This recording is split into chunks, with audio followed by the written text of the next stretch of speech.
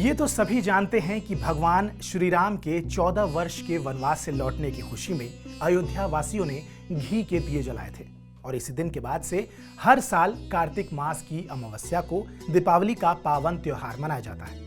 लेकिन क्या आपको पता है कि दिवाली के दिन साईं बाबा की पूजा का भी एक विशेष महत्व माना गया है। तो आइए जानते हैं कि दीपावली के दिन साईं बाबा की पूजा आखिर क्यों की जाती है।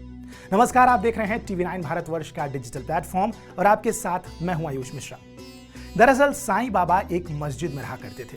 पहले वो खंडहर थी, लेकिन बाद में भक्तों ने उसे ठीक ठाक करके उनके हवाले कर दिया।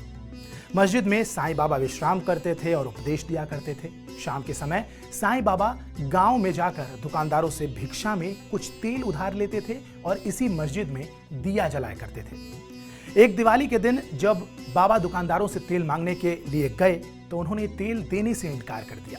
गांव के सभी दुकानदारों ने बाबा को ये कहते हुए मना कर दिया कि आज तो उनके पास अपने घरों में जलाने के लिए तेल की एक बूंद तक नहीं है, तो आखिर वो साईं बाबा को मस्जिद में दिया जलाने के लिए तेल कहां से देंगे।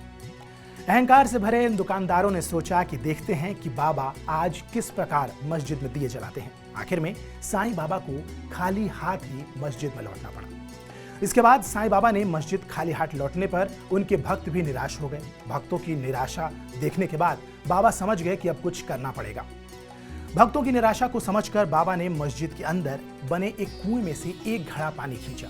बाबा ने उस घड़े में अपने डिब्बे में बचे हुए तेल की कुछ बूंदें डाल दी। कहा जाता है कि बाबा इस डिब्बे में भिक्षा में तेल लाते थे। भक्त चुपचाप खड़े होकर उनका ये सब करना देख रहे थे। बाद में बाबा ने इस घड़े का पानी दियों में भर दिया और रुई की बत्तियां बनाकर उन दियों में डाल दी। इसके बाद वो बत्तियां जला दी गईं। सारे दिए जगमगाकर जल उठे। ये देखकर शिष्य और भक्त सभी हैरान रह गए। उनकी हैरानी का कोई ठिकाना नहीं था। इस चमत्कार को शिरडी वालों ने अपनी आंखों से देखा था और इसी दिन से साईं भक्त दिवाली के दिन दीप जलाकर बाबा की पूजा और उनकी आरती गाते रहते हैं। साईं बाबा के शिरडी में आने के बाद से शिरडी और आसपास के मुसलमान भी हिंदुओं के साथ दिवाली का त्योहार बड़े हर्ष और उल्लास के साथ मनाने लगे थे।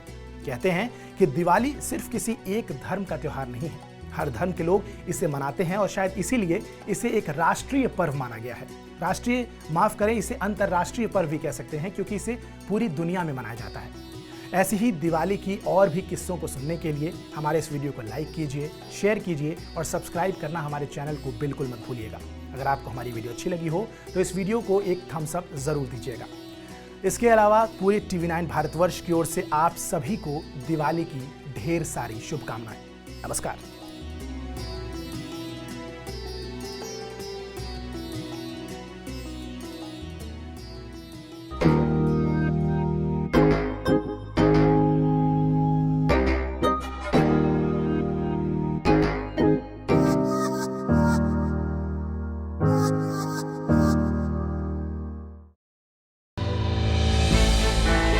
हमने की गलती फिर एक बार, कोरोना ने किया दोबारा प्रहार। मास्क, 2 गज दूरी, करें अपनी सुरक्षा खुद। कोरोना टीका हम सबको लगाना है, मिलकर साथ समझदारी से कोरोना को हराना है।